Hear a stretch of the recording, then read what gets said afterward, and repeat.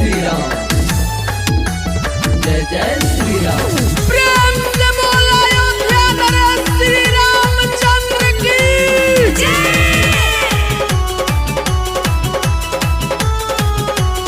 जय श्री राम। भगवा कलर के तू बांधा पगरिया, चल के बाटे अयोध्या नगरिया, चल के बाटे अयोध्या नगरिया।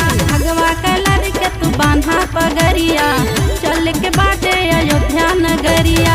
सारा काम पानी जाला लेके उनकर नाम के, जय जयकारा गूंज रहल बा, देखा पूरा नगर श्री राम के, श्री राम के।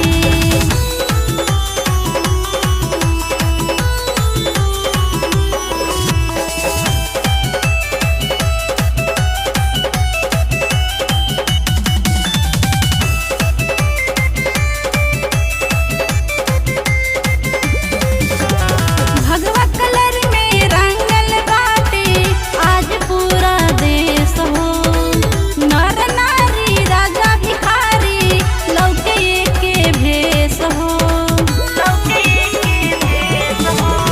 भगवा कलर में रंगल बाटे आज पूरा देश हो, नर नारी राजा भिखारी लौके के भेष हो।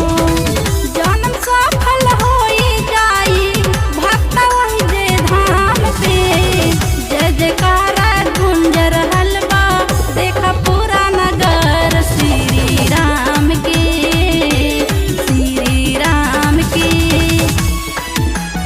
जय श्री राम,